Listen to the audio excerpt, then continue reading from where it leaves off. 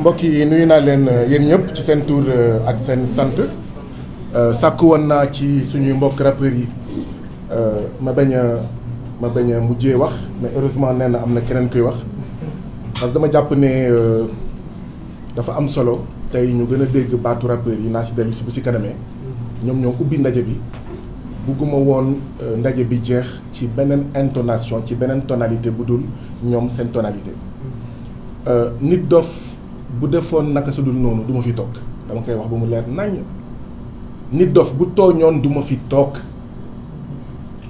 mun na am ma seeti ko nag mu tibbal ko añ tibbal ko reer waaw ndaxte sa mbokk bu tooñee da ngay nekk ci wetam buñ ko tooñee da ngay nekk ci wetam nit dof bu tooñoon naa nekk ci wetam waaye du mu fi toog fii ci conférence de presse bi dama koy tibbal añ yóbbu ko tibbal ko reer yóbbu ko dem seeti ko parce que dama jàpp ne nit dof tooñul ndaxte live bu am ay saaga te kenn mënul wax kan la saaga mais mënuñu wax ne kii dafa saaga moo tax dama bëgg ñu xoolaat élément de langage yi à commencer par ñun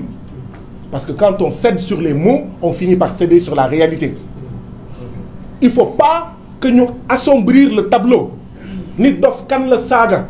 bu saaga woon président article 80 mooy daanu ci kawam kan la saaga kenn portéwul plainte kenn waxul ne diw la saaga saagawul kenn dëgg la dafa génnee saaga mais saagawul kenn nit dof tooñul li am mooy il y a un acharnement ci suñu mbokk nit dof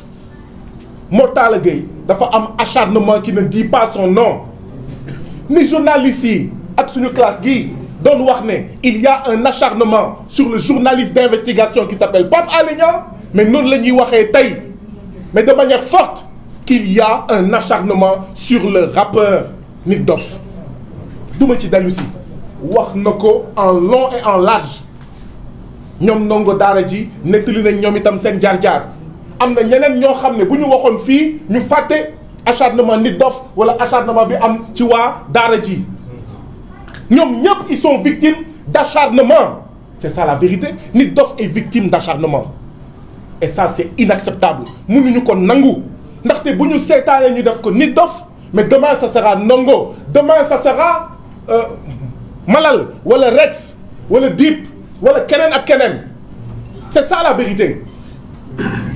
mënuñu seetaan muy am sur 3 centimètres carrés du territoire sénégalais une injustice ndaxte buñ ko bàyyee dafay continuer mooy law di màgg te ñun nag nekkuñu ñoo xam ne tant que laaluñu duñ jóg la meilleure manière de se protéger nous Sénégalais mooy bu ñu gisee daay bi fee ci këru nit dof ñu dem fay ko sinon buñ ko fayulee ci ñun lay ñëw donc lii moo tax ñu nekk fi y a un acharnement sur nit dof concert am ñu tëj show of the year interdit Louga interdit UGB interdit maanaam on veut asphyxier financièrement nit dof c'est ça la vérité on cherche à l'asphyxier on cherche à tuer l'artiste nit dof on veut le réduire à un mendiant on veut le réduire à quelqu'un koo xam ne ay ket moo ko nar a dundal ay Kopar Express et ça c'est inacceptable lii mooy la réalité mais au-delà de nit dof c'est le rap et les arts urbains qui sont menacés xalima nit dof muy xalima bu ñaw a ñaw mu koy trempé dans la sueur des Sénégalais dans le sang des Sénégalais qui souffrent xalima boobu la ñu bëgg a damm te xalima boobu du nit dof rek moo ko am kilifa da ko yor malal da ko yor ndongo di da ko yor caat da ko yor Dip da ko yor keneen ak keneen da ko yor ci mouvement bi Simon da ko yor donc c'est pas nit dof seulement qui est menacé c'est pourquoi oui jotaay bii nekk na jotaay bu am solo et j'encourage les rappeurs les artistes ñu mobiliser wu parce que en réalité c'est eux tous qui sont en sursis tey nit dof la suba keneen la ci yéen ah non démb Simon la woon ak kilifa déedéet il faut pas qu'on ait de la gêne déedéet c'était pas une histoire de passeport ku ci nekk ñu ngi lay xaar boo defee ñu dóor boo defulee ñu dóor booy dem jëndi reer comme man ñu jàpp la c'est ça la vérité déedéet wax ji du ay passeport wax ji du ay saaga nañu changer suñu ay éléments de langage ce n'est pas vrai tooñul ñi mu tooñ jéggalu na ci ñoom ça n'aurait pas dû aller plus loin li am mooy ñun ñëpp ki ci wax ñu dóor la li am mooy man dama bokk ci sénégalais yoo xam ne te bëri naa si ay morom sama batterie bu loowee toll ci 2% ku mel ni Nit Dof bu waxee non mais je suis ragaillardi Nit Dof c'est un aboyeur Nit Dof mais il mobilise les masses il mobilise les foules il les conscientise c'est ça la menace en réalité soyez des artistes mais soyez des artistes couchés soyez des rappeurs mais soyez des rappeurs de compagnie ni mu amee des dames de compagnie des plumes de compagnie soyez des rappeurs mais day leen riitil buur day leen riitil kii di noot Sénégal kii di noot askanu Sénégal en réalité c'est ça le défi qui vous est fait c'est ça la réalité waaye ku fi xalaat ne affaire bii affaire rappeur la yaa ngi jum balaa maa ñëw ci ñun nag ñun ñi nekkul ay rappeurs yi am leen fulla ak fayda bi ñu jàppee Pape Alé Niang les journalistes se sont mobilisés comme un seul homme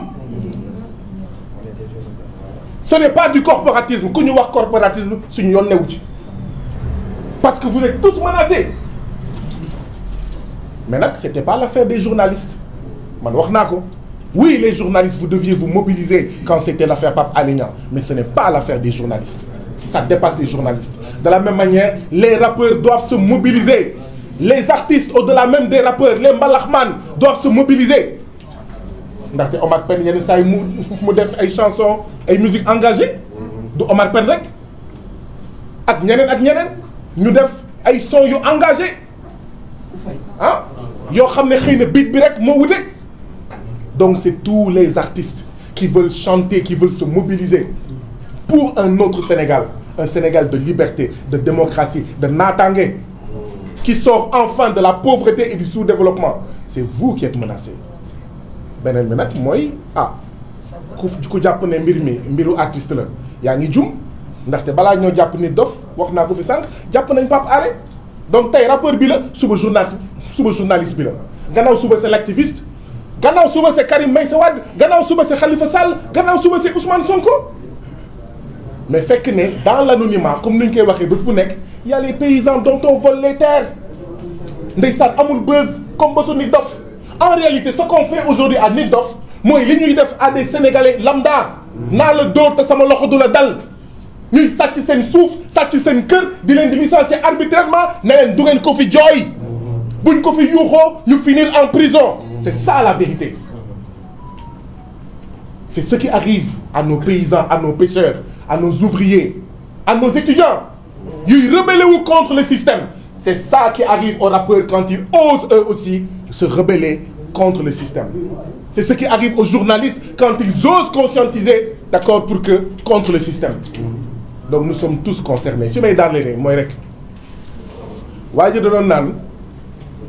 quand le mal a toutes les audaces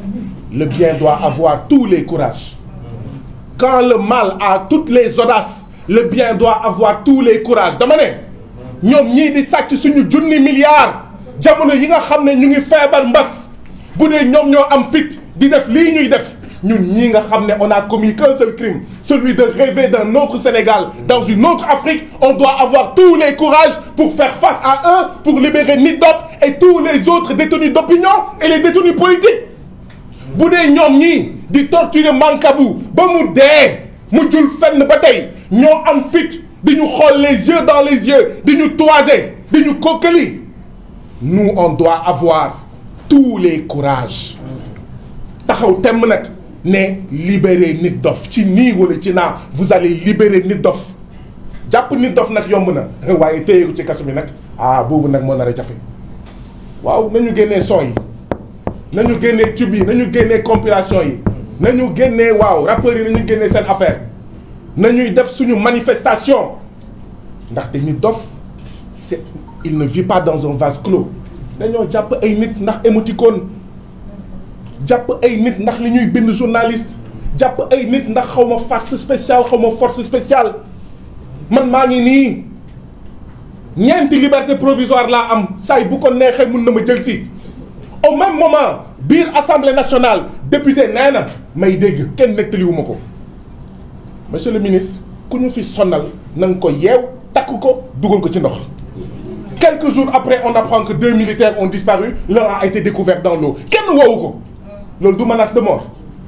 c'est pas vrai on n'a pas arrêté nit dof ni emprisonné pour menace de mort ndaxte bu nekkoon menace de mort député boobu la ñuy njëkk jàpp beneen député ne ñoom ñaar ñëpp de la majorité beneen député ne suñu 3e mandat bii ku ñu ko bugg a xañ on va marcher sur vos cadavres ñun lañ doon waxal biir assemblée en séance plénière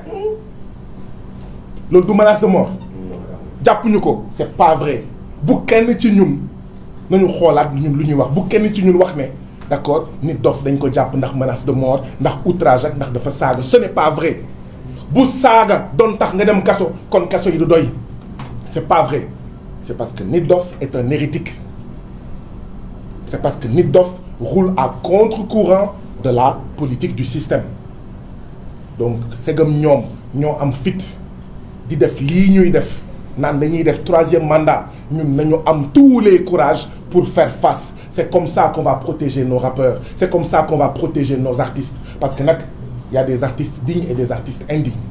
il y a des rappeurs dignes et il y a des rappeurs indignes et mais je dis merci à Nit Doff merci à Nit Doff parce que bu ñu la tëjul woon tey duma am chance toog avec ces grands messieurs avec ces grandes dames qui sont des rappeurs dignes waaw qui sont des Sénégalais dignes, qui sont des Africains dignes. Mais vous devez être fiers de vous. Maintenant, le combat ne fait que commencer. Lii dal Nit Doff, c'est un point dans un système d'ensemble. Même si nous libérons Nit Doff, et Inch'Allah, ils vont le libérer. ndaxte kilifa xam ne si dara keneen ak keneen xam ne si dara tëj nañ la lenn rek moo si topp bàyyi nañ la. est-ce que une semaine mooy am ci diggante bi est-ce que un mois mooy am ci diggante bi waaye lenn rek moo ci topp bàyyi nañ la. donc day yéex rek dinañ ko libérer mais même si on libère Nit Doff nous devons arrêter le monstre qui produit ce genre de situation qui nous fait nous mobiliser Nit Doff depuis 17 ans ñii depuis 27 ans ndongo yaa ngi commencé ba jaaw donte maa la ko ëppale keneen noonu mais ça suffit mais ce serait une défaite pour nous que ñu naan suñuy doom waaw ma jéem nañ mais non système bi foog mu changer système bi foog mu changer nañu jaral lu nekk Nit Doff waruñoo gën a gore ces rappeurs dignes waruñoo gën a gore parce que ñun bu ñu defee conférence de presse ça passe mais ñoom seen musique ça passe en boucle et effectivement votre contribution à l'éveil des consciences votre contribution à frayer un autre Sénégal dans une autre Afrique mais elle est incommensurable je profite de l'occasion pour dire bravo à vous félicitations à vous nañu mobiliser wu ensemble nous sommes forts et kuy bëree daan te Inch'Allah dañuy daan Nit Doff day génn Sénégal day génn ci ndóol bi Afrique day génn ci ndóol bi je vous remercie.